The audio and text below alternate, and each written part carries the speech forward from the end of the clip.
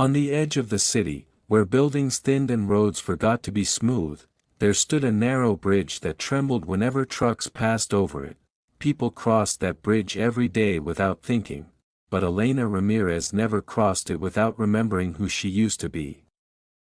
Years ago, she had stood at its center with nothing but a thin envelope in her hand and a heart so heavy she believed it might pull her straight into the river below. The envelope had contained a rejection letter, not the first, but the one that broke something. She had wanted to be a teacher.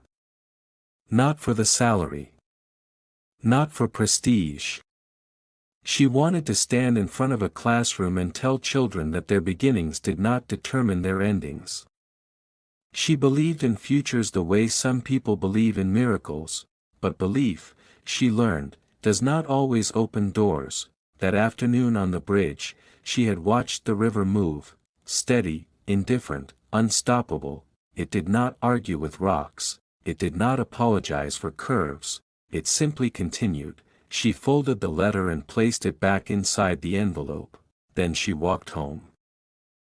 Elena lived in a rented room above a laundromat that smelled permanently of soap and steam. The ceiling had a crack shaped like lightning.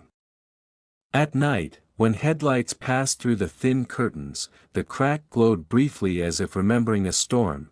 She worked at a small grocery store stocking shelves. It was not a terrible job. It was simply not the life she had imagined.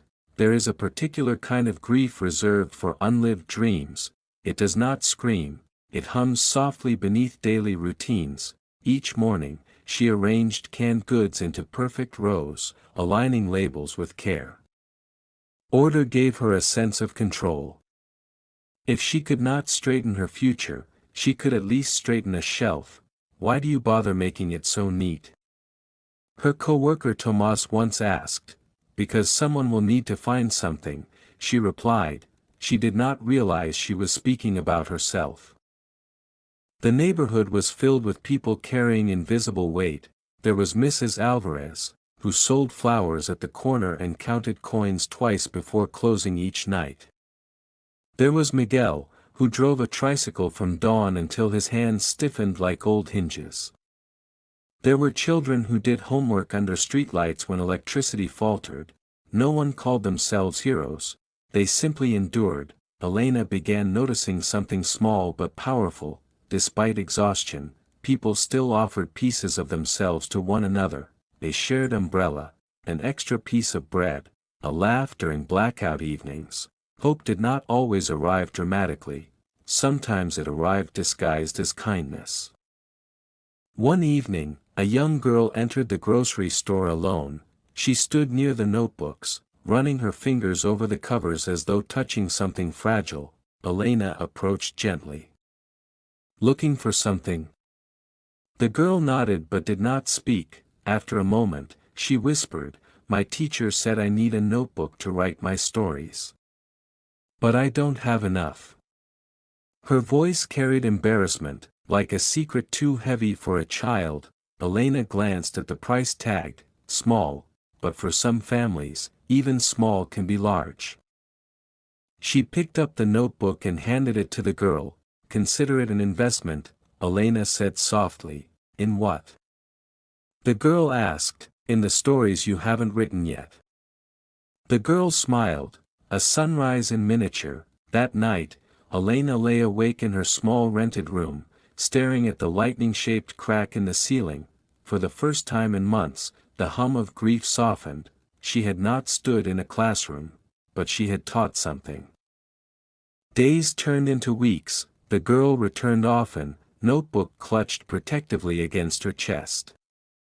She began showing Elena pages filled with careful handwriting, tales of birds that refused cages, of rivers that outgrew their banks, of mothers who carried mountains in their arms. "You're good," Elena told her. The girl's eyes widened. "Really?" "Very." Encouragement, Elena realized, costs nothing and changes everything. Word spread quietly. Children began gathering near the back of the grocery store after school, asking Elena to read their assignments, to explain fractions. to check grammar. At first, she hesitated. She was not officially a teacher, but perhaps titles mattered less than impact. Soon, the storage room behind aisle 7 transformed into an informal classroom.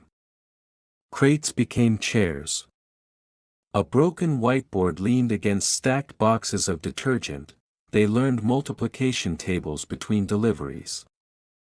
They discussed poems beside sacks of rice. Elena felt something long dormant begin to breathe again: purpose. There were setbacks. The store manager warned her about distractions. Some parents questioned her intentions. Bills still waited impatiently at the end of each month. There were nights when doubt crept back in. Who was she to inspire anyone when her own dreams had stalled? But every time she considered stopping, a child would arrive early, eyes bright, asking, "What are we learning today?"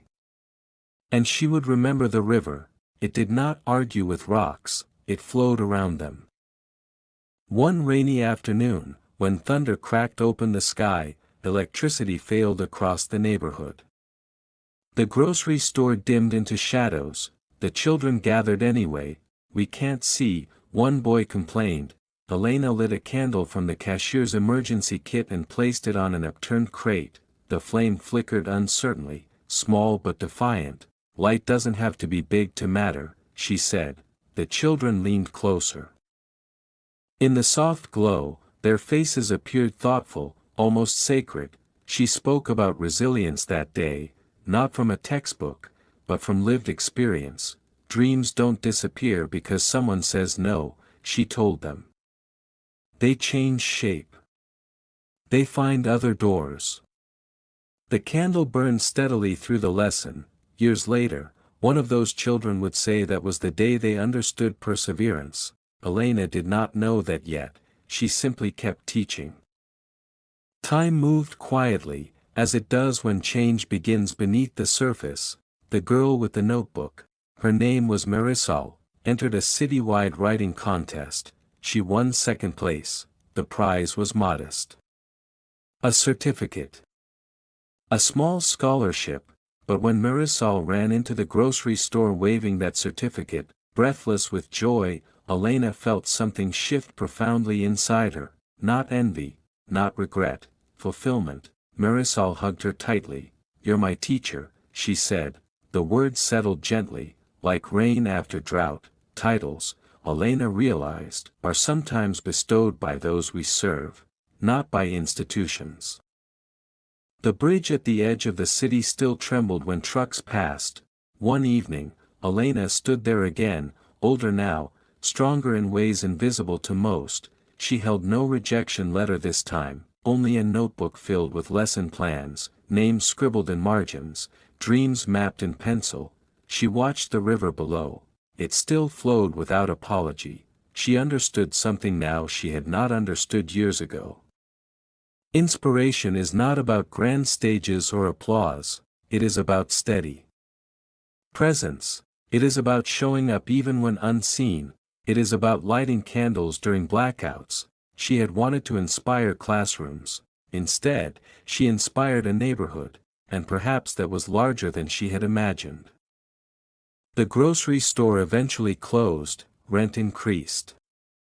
The building was sold. For a moment, panic threatened to undo everything she had built, but this time, she did not feel broken. The community she had quietly nurtured stepped forward. Parents offered spare rooms. The local church lent a hall twice a week. Tomas helped repair donated desks. What she had given returned multiplied. Inspiration, she learned, is circular. It moves outward and then finds its way back. Years passed. Marisol published her first collection of short stories at 23. She dedicated it to the woman who lit a candle when the lights went out. Miguel's son earned a scholarship in mathematics. Mrs. Alvarez's granddaughter became the first in their family to attend university.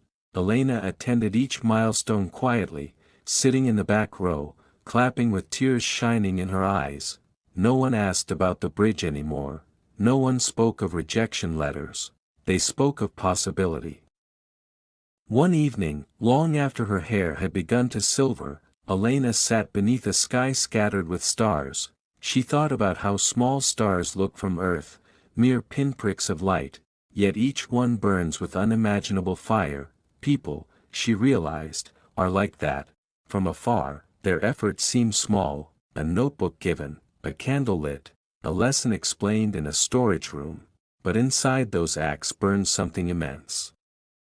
Something capable of warming entire futures. She closed her eyes and breathed deeply.